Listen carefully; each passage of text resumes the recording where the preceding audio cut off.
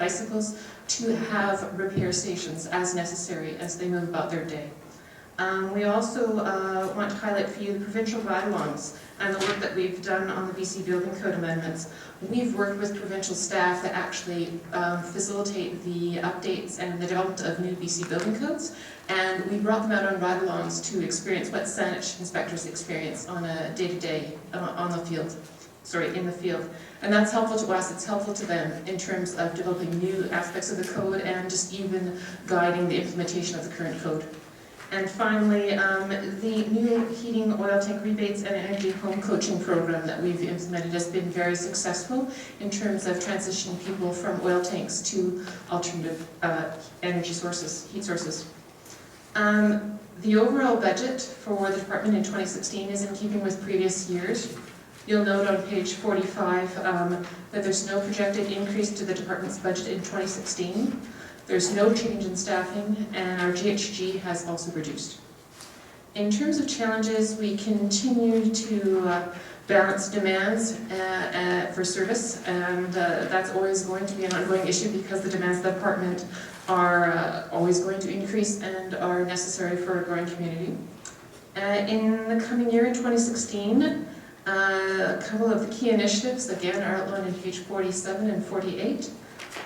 We'll be looking at a residential building retrofit strategy, as Mark Boyson outlined earlier in the evening. We'll also be doing work on the Douglas Uptown Corridor land use and mobility study, and we'll be undertaking a multi-year program to update the 12 local area plans. As Council is aware, you've asked us to come back with a new and improved work plan for those tasks, and we'll be doing that in the next couple of months. And that is all that I have for you this evening, and I'll be glad to answer any of your questions.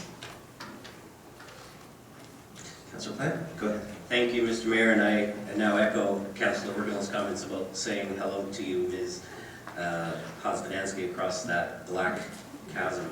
My first question, I have two essentially. One is asking you to reconcile, again within the context of Ms. Timmey saying the numbers are not final for 2015, looking at a budget allocation of $2.5 million and a spending of $2.08. So my calculation is spending only 82% of budget. I'm wondering if you can comment on that, please.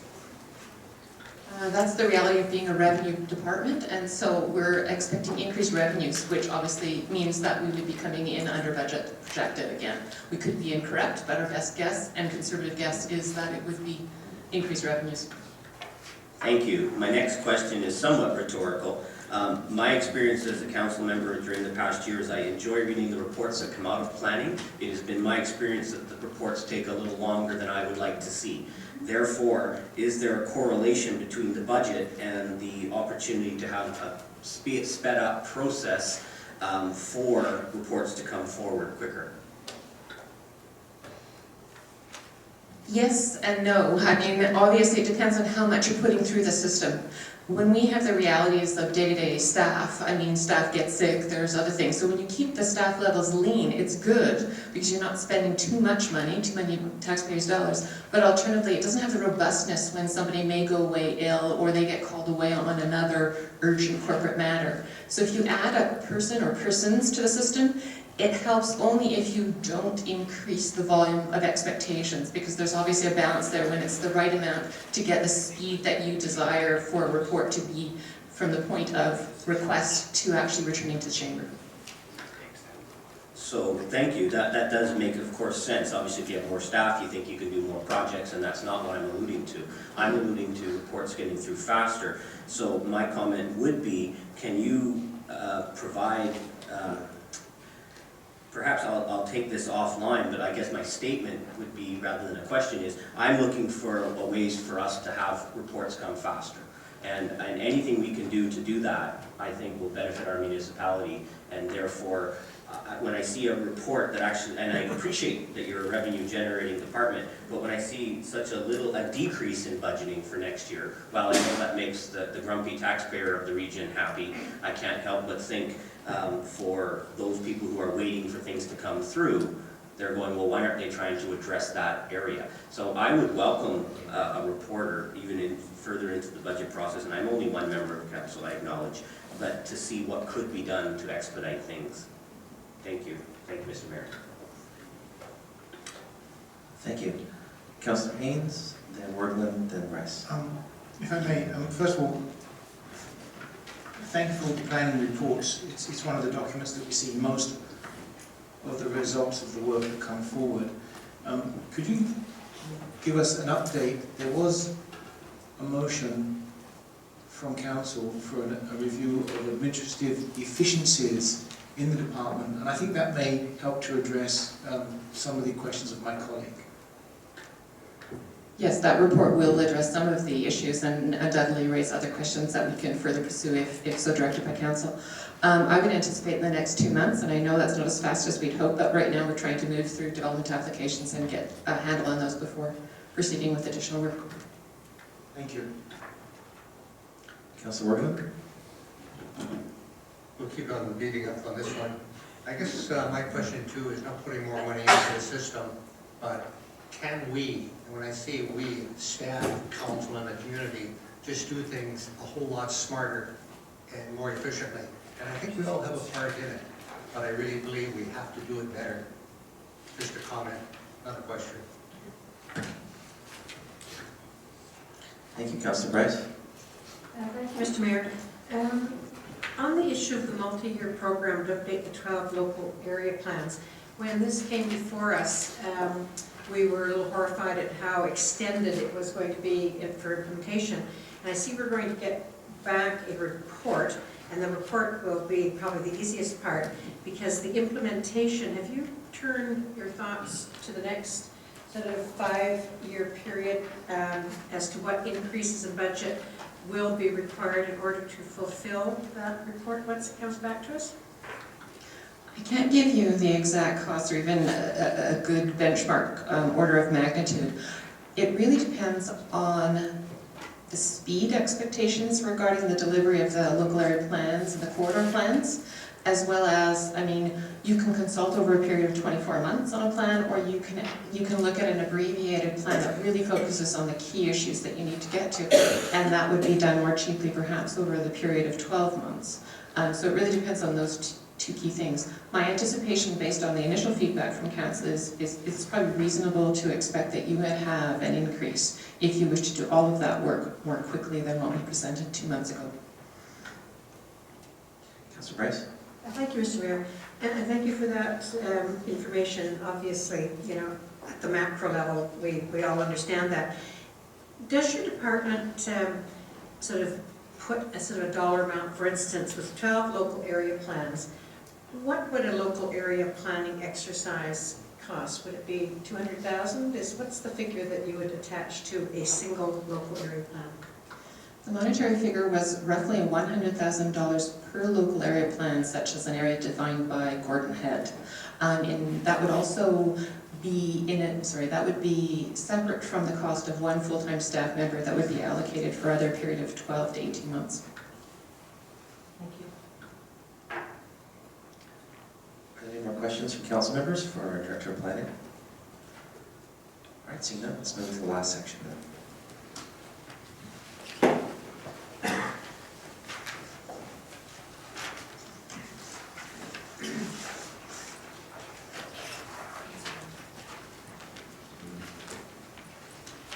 Thank you, Mr. Mayor. Welcome. Thank you. Choose to stand here instead of hiding behind this big black box. Thank you, Mr. Mayor. I'll start with the fire department on page 39 of your budget handbook. I'll start out tonight by thanking council for their ongoing support over this last year. The Saanich Fire Department continues to provide high level of service to those who work and live within our community. Our life safety programs and emergency response services are considered the best in the province. Saanich Fire currently consists of 125.5 FTEs, working out of 7 divisions, being administration, suppression rescue, communications, fire prevention, training and staff development, mechanical fleet operations, and the emergency program. We work out of 3 fire stations strategically located throughout the municipality.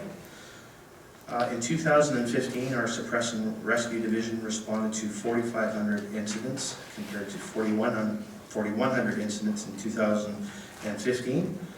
This 10% increase is the result of an increase in calls to public hazards, alarms activated, motor vehicle incidents, and hazardous materials calls. I'm pleased to report the department's response time objectives of arrival of our first two apparatus within 8 minutes from the time of call for service is received, and we are maintaining our target objective of 90% of the time. In 2015, our Fire Dispatch Center received, processed, and dispatched more than 12,000 emergency alarms and non-emergency calls to Saanich, as well as our 7 client fire dispatch municipalities, which include North Bay, Esquimalt, Central Saanich, North Saanich, Sydney, Colwood, and Euroil. This regional approach to dispatch services continues to be a model example of how we are providing cost-effective service delivery and supporting a shared services approach, accessing current dispatch technology and support systems. Last year, our Fire Prevention Division carried out 27 fire cause and determination investigations, conducted 2,715 public building inspections, and provided fire and life safety education to more than 12,000 participants. Although fire losses decreased 58% in 2015, they are considered moderate at $1.4 million in total loss. Total number of dollar loss fire incidents remains consistent with previous years. However, there are fewer higher dollar loss incidents this past year. In 2015, there were 2 fire fatalities, and civilian injuries were limited to 5 in total. Saanich's fire protection costs still remain one of the lowest in the province when we measure against our comparative group of cities and municipalities. The current fire protection costs are estimated at $139 per capita. I'd like to touch on some of the accomplishments within Saanich Fire in 2015. There's 3 that I'd specifically like to mention. First is the IFF collective agreement ratification. In 2015, after 9 bargaining sessions and 1 day with the mediator, the district and IAFF Local 967 ratified an 8-year collective agreement, which was retroactive back to 2012. This settlement was an extension to the 2010 collective agreement, providing changes limited to wages and term only, while keeping in line with fire bargaining patterns established throughout the province. Both the district and union are pleased to have concluded bargaining and have this collective agreement in place up to and including December 31st of 2019. Second initiative I'd like to touch on is the restructuring taking place within Saanich Fire. Ratification of a new collective agreement has enabled the department to make progressive changes in our senior officer workflow, officer capacity, and reporting structure in a way that ensures the department has the required management capacity it needs for the future, and provides best value to the district and its residents for its tax dollars. 2 assistant deputy chief positions have been established to provide much needed managerial capacity and leadership to meet current and future fire service business needs. The transition to a new management model has been accomplished through the attrition of the battalion chief's position, with no increase in the department's total number of FTEs. In 2016, we will increase our excluded management positions from 3 to 5 and shift our management to union ratio from 1 to 40 unionized members to 1 to 24 unionized members. 2 additional assistant deputy chiefs positions will be filled in years to come as the battalion chief's position is vacated through attrition. Fire and life safety education programs and our community engagement initiatives. I'd like to say that I'm very proud of the fire and safety education programs we provide and our attendance at community events. In 2015, we delivered 99 fire and life safety programs to 13,500 participants, including our Grade 1 Learn Not to Burn program, the Grade 5 Fire Expo, and the Fire Prevention Week events that take place throughout October.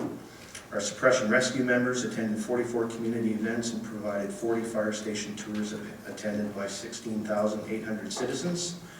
Our fire stations and truck tours are very popular, and being able to learn about fire safety from firefighters is a very effective way of delivering our important fire and life safety messages to our residents.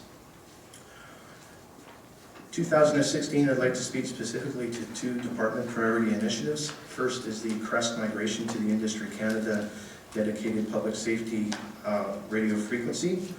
Saanich Fire continues to take a lead role in working with Crest in supporting the migration of our public safety radio technology to the next generation radio system and the implementation of the 700 MHz broadband spectrum. This new public safety radio technology and spectrum will be the most significant change to the Crest radio system since its inception, and will provide Tier 1 public safety radio infrastructure and equipment technology, dedicated public safety radio spectrum, improved in-building penetration and coverage, and increased communication security and encryption for its users. Deputy Chief McDonald chairs the Crest Fire Services User Committee and is leading discussions within the Capital Region Fire Services as our representative in this regard. Similarly, Saanich Fire and Police are working collaboratively on the Crest file to ensure the consistency in the design of the system and implementation of new broadband radio equipment and spectrum. Radio subscriber equipment replacement is taking place throughout the course of 2016 and will immediately improve fireground safety communications and will support the new 700 MHz broadband spectrum.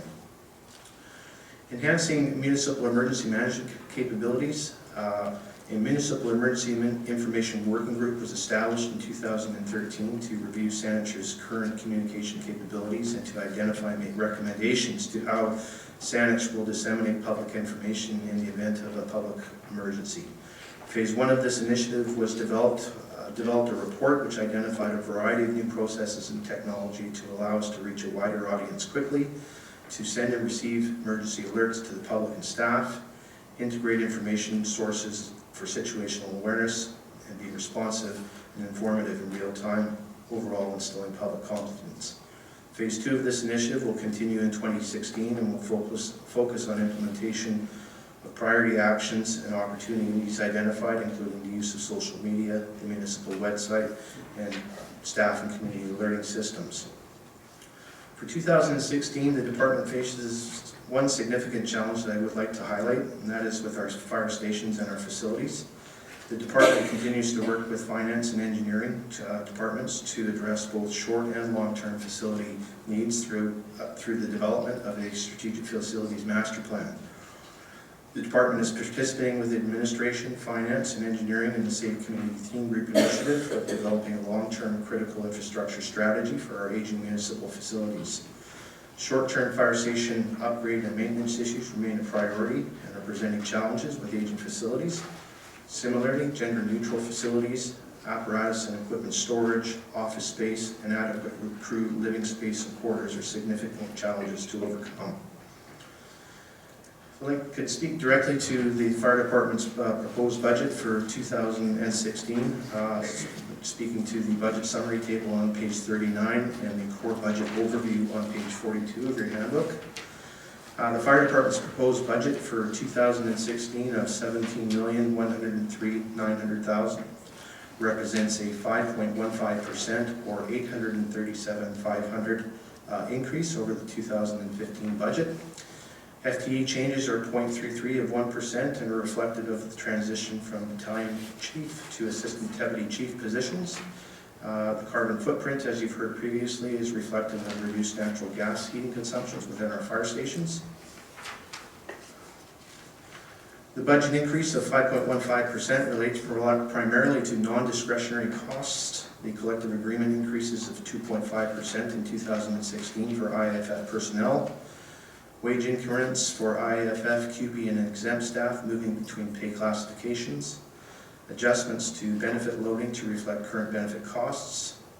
Increase to our Crest levy for replacement radio equipment and the new Crest infrastructure. Increase to our ECOM levy for computer-aided dispatch and records management services and debt servicing on subscriber equipment. And increased utility costs within our fire stations. Consistent with 2016 budget guidelines, there are no increases to discretionary operating costs for goods and services. 93% of the fire department's net budget are wage and benefit costs, and 7% are operating costs.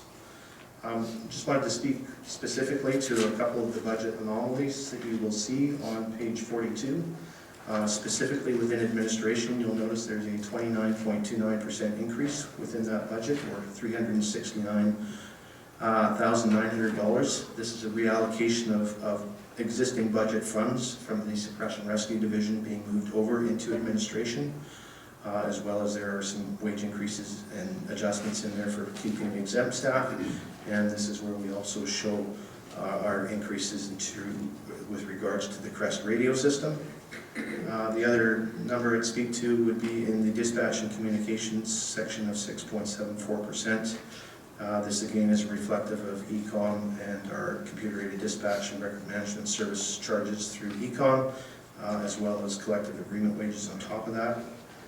The other number I'd speak to specifically would be under building maintenance, is an increase of 12.19%, and that is reflective of increased utility costs within our fire stations. That concludes my budget presentation for fire, and I'd be happy to answer any questions that council may have. Thank you. Any questions from members of council for our fire chief? Councilor Plant, go ahead. Thank you, Mr. Mayor, and thank you, Chief, for presenting the comment on administration. I was going to ask, but I presume that's what it was for. The only question I have is regarding the final amount of 5.15%. And I'm asking more if you would be willing to tell me within what I assume is the strategic plan for the fire department, if you can give council an indication, is 5.15% going to be what we will be seeing for subsequent years, or is this a higher than normal year that will come down as we move forward? I would suggest that it is a higher than normal year, and I would expect to see that it would come down. I would defer to the Director of Finance and Mr. Arslan to speak specifically to that. What I can say is that obviously there is negotiated wage increases for IAFF that go through to 2019 with 2.5% wage increases each year. 93% of the fire department's budget is made up of wages and benefits, so you can expect to see those increases. We also have anticipated increases that will continue to rise for 2016, 17, and 18 as it relates to the CREST radio system and the new radio infrastructure that is being installed as a result of the public safety broadband that is being implemented. But we have estimates from CREST that show that our costs after 2018 will start to come back down to actually be lower than where we are today. Thank you. That does give me closure on that question. I don't see any requests for further firefighters, if you use that layman's term. And I'm wondering if you can tell me again, are we going to be seeing a request for more firefighters in the future, or even if you can comment on that at this point? At this present time, your fire department is adequately staffed. Thank you very much. Any other questions from council members? Thank you, Chief. Thank you. Move on to the emergency program budget, which is on page 43 of your budget handbook. Thank you, Mr. Mayor.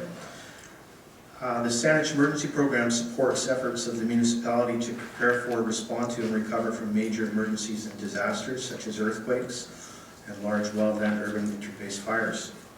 The budget summary table indicates a proposed budget for 2016 of $415,800. This reflects a 2.41% or $9,800 increase for the emergency program in 2016. This program increase is the result of collective wage increases. 3 accomplishments within 2015 that I'd like to speak specifically to. First would be a Level 2 Emergency Operations Center activation. On November 17th, Saanich experienced significant winds in the range of 70 to 100 kilometers an hour with very heavy rain.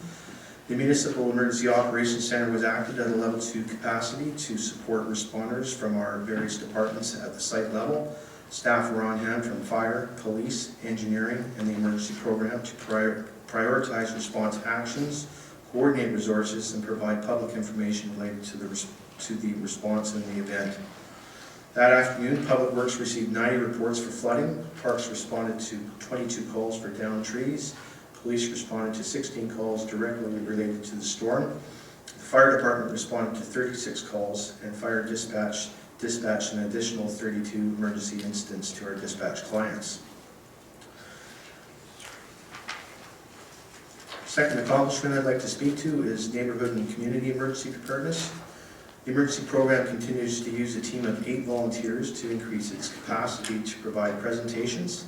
63 emergency preparedness presentations were delivered to 2,000 citizens, and our volunteers contributed over 3,600 volunteer hours. In partnership with Canadian Red Cross, 28 school emergency preparedness programs were provided to over 1,000 grade 4 students within Saanich throughout 2015. Emergency management training. Our municipal staff are receiving more frequent exposure to the emergency management principles and systems by attending quarterly 90-minute emergency operations center training sessions. 107 municipal staff were provided with emergency operations center and/or incident command training throughout 2015. Key emergency program initiatives for 2016. Emergency management systems. A significant upgrade to the Saanich's municipal response and recovery plan is well underway and nearing completion. The new plan will incorporate many updates, including the use of departmental operations center plans. DOC plans are being completed for public works and fire, and emergency program staff are currently working with our police and finance departments to help develop their respective DOC plans. Regional emergency management partnership. Emergency program staff have played a key role in the regional emergency management partnership agreement that went before the CRD board in November of 2015. This initiative establishes a local, regional, provincial partnership designed to enhance emergency management across the capital region. The partnership closely resembles the integrated partnership for regional and emergency management, otherwise known as IPREM, that is already in place in the Lower Mainland. Emergency program staff will continue to work very closely with our regional and provincial stakeholders throughout the implementation of this process. GIS mapping. The GIS mapping will continue to include hazard risk and vulnerability assessment mapping and other key information within the GIS system to support emergency response and recovery activities for the Saanich Emergency Operations Center and the Saanich Command Vehicle. Finally, rapid damage assessment. Further development of a municipal rapid damage assessment capability to support disaster response and recovery remains a priority. This will allow us to prioritize, coordinate, and optimize inspection of buildings and infrastructure following a major emergency. This framework will recognize that damage assessment is a vital part of our response to an earthquake and that skilled assessors will be in short supply. Emergency program challenges for the year ahead in 2016. There are 3 to highlight. First would be the Emergency Operations Center. We continue to have limited ability to provide and maintain the required technology to support the Emergency Operations Center. We continue to work to improve that, but it is certainly a challenge. Urban Search and Rescue. Urban Search and Rescue, we certainly have a limited ability to develop an urban search and rescue capacity. We do not have the capacity nor the funding at this point in time. Cross-departmental initiatives remain a challenge for us as well. Many Saanich emergency program initiatives, such as GIS mapping and rapid damage assessment, are now cross-departmental. Getting the right staff in the right place with the right amount of time to support this work can be very challenging, considering other departments' workloads and capacities and the resources that they have available to them. Core budget review on page 44 identifies again a $415,000 $800 budget, or 2.55% increase of $9,800, which is the increase over 2015, and primarily relates to wage increases within the administration of the emergency program, within training, and the Neighbor Helping Neighbor components that are status quo budgets. I'd be happy to answer any questions that council may have, and if I can't answer them, I have Captain Henson here with me who will. Thank you. Question from Councilor Durham. Not a question really, Mr. Mayor, but I'd like to thank the chief for his presentation. Certainly staff involved, but I'd also like to pass on my thanks to the volunteers in this program. Provide great service to the municipality. Thank you.